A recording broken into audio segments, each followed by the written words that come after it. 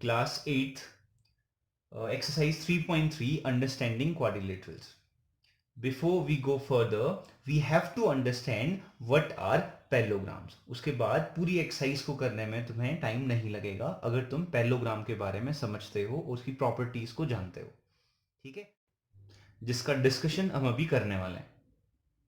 Now parallelogram क्या है? Quadrilateral है. क्वाड्रिलेटरल क्या होता है? The polynomial which is made up of what? Four sides, right? जिसकी फोर साइड्स होती हैं, ऐसा पॉलिनोमियल अपने आप में क्या होता है? क्वाड्रिलेटरल होता है. उस क्वाड्रिलेटरल का एक पार्ट है पैरेललोग्राम. ठीक है, इसके अलावा हमने रेक्टेंगल और स्क्वायर्स को पढ़ा हुआ है. चलो, without wasting time let's discuss this. ये क्या है? पैरेललोग्राम है. पैरेललोग्राम क्या होता है? समझ लो रेक्टेंगल का भाई है. रेक्टेंगल ऐसा कुछ होता है. ठीक है, रेक्टेंगल है, रेक्टेंगल के ऊपर कोई बैठ जाएगा तो ये क्या हो जाएगा? अपने आप में थोड़ा ट्विस्ट हो जाएगा, है ना? ऐसा कुछ हो जाएगा, टेढ़ा हो जाएगा, बिल्कुल ऐसे करके. ठीक है, तो यानी कि ये क्या हुआ? ऐसा कुछ डायग्राम है. This one is called parallelogram. इसकी प्रॉपर्टी, सबसे पहले साइड्स की बात करते हैं. इसमें साइड्स कितनी है? फोर साइड्स हैं, A B C, C D और ए डी.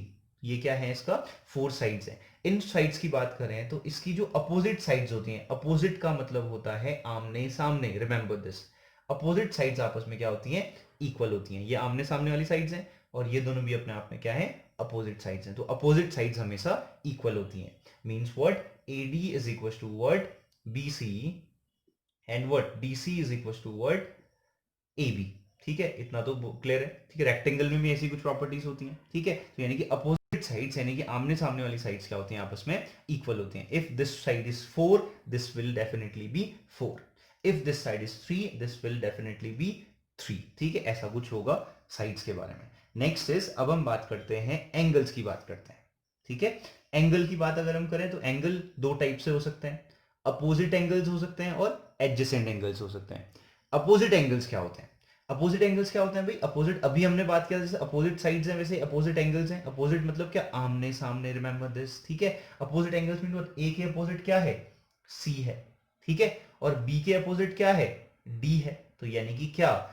ए और सी यानी कि अपोजिट एंगल्स हमेशा क्या होते हैं? इक्वल होते हैं. तो you can write this property with your own writing that opposite angles of parallelogram are equal. Remember this, यानी कि क्या? एंगल ए आपस में किसके इक्वल होगा? एंगल सी के. इसके अपोजिट क्या है? सी है. एंगल बी अपने आप में किसके इक्वल होगा? एंगल डी के. तो यानी कि अपोजिट एंगल्स क्या होते हैं? आपस में इक्वल होते हैं. Now adjacent angles. अब एडजेसेंट एंगल्स होते क्या है पहले समझ में तो आए. एडजेसेंट एंगल्स होते हैं अगल बगल में. ठीक है, एडजेसेंट एंगल क्या होते हैं? अगल बगल में, राइट? ए के बगल में कौन सा है? सॉरी, डी के बगल में कौन सा है? ए. और डी के बगल में कौन सा है? सी. तो यानी कि ये दोनों आपस में एडजेसेंट एंगल्स हैं और ये दोनों आपस में क्या है? एडजेसेंट एंगल्स हैं. और इस ए के बगल में तो बी भी है, तो ए बी भी अपने आप में एडजेसेंट एंगल्स हैं. तो यानी कि क्या? आप ये जो एडजेसेंट एंगल्स हैं, ठीक है, adjacent angles, these are called adjacent angle. Adjacent angles. तो याद रखना, in any parallelogram adjacent angles का सम अपने आप में क्या होता है? 180 डिग्री होता है. याद रखो, यानी कि ए और D, angle A plus angle D का सम कितना होगा? 180 degree. Remember this.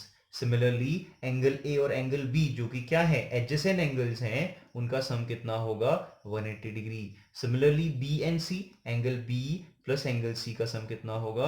180 degree. And similarly angle C plus angle D is equal to what? 180 degree. Remember this.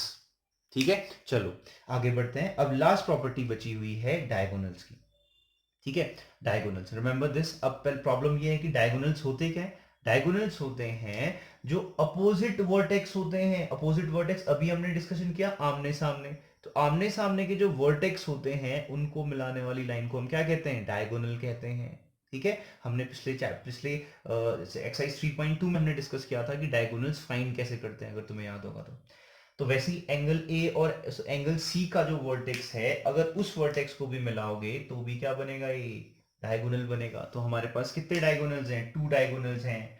और वो किस पॉइंट पे इंटरसेक्ट कर रहे हैं? ओ पॉइंट पे इंटरसेक्ट कर रहे हैं. इंटरसेक्ट करने का मतलब क्या है? एक दूसरे को कट कर रहे हैं. ठीक है, अब कैसे कट करते हैं ये इंपॉर्टेंट है. तो डायगोनल्स जो है पैरेललोग्राम में, रिमेंबर दिस, उन डायगोनल्स की एक प्रॉपर्टी है कि जैसे ही वो कट करेंगे किसी पॉइंट पे, तो वो क्या करते हैं? अपने को आधे आधे पार्ट में डिवाइड कर देते हैं. जैसे ये AC लेंथ अगर 10 सेंटीमीटर है तो ओ ए ओ कितना होगा 5 होगा, ओ सी कितना होगा 5 होगा। तो यानी कि क्या करते हैं इक्वली, यानी कि वो क्या करते हैं डायगोनल्स ऑफ अ पैलो, it means what, diagonals of a parallelogram bisect each other. ठीक है, बाइसेक्ट का मतलब क्या है, हाफ हाफ पार्ट्स में डिवाइड कर देना। रिमेंबर दिस, अगर ये AC की लेंथ 16 है तो AO की लेंथ क्या होगी 8, 16 का हाफ। OC कितना होगा 8, 16 का हाफ। अगर DB की लेंथ 20 है तो DO की लेंथ कितनी होगी, 20 का हाफ कितना होता है 10, और BO की लेंथ कितनी होगी 10। रिमेंबर दिस, यानी कि क्या होते हैं ये छोटे छोटे पार्ट्स आपस में क्या होते हैं इक्वल होते हैं। रिमेंबर दिस, यानी कि क्या OD लेंथ जो होगा वो OB के इक्वल होगा, और वो क्या होगा हाफ होगा, इस DB के हाफ होगा। हमने यही तो पढ़ा था अभी, है ना। ठीक हो गया। अब दूसरी बात करें, अगर वैसे ही AO जो होगा, या फिर OA लिखते हैं इसको, OA क्या होगा OC के इक्वल होगा। अभी हमने बात किया जब भी ये इंटरसेक्ट करते हैं तो इक्वल इक्वल इंटरसेक्ट करते हैं। और ये जो AO होगा वो क्या होगा AC का हाफ होगा, half of what AC।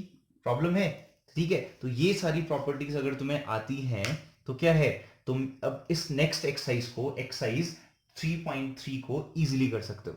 But you have to understand these property and write this in your fair copy. ठीक है, कैसे लिखना है, एक प्रॉपर वे में लिखना है, वर्ड में भी लिखना, उसके बाद ये टर्म्स में लिखना।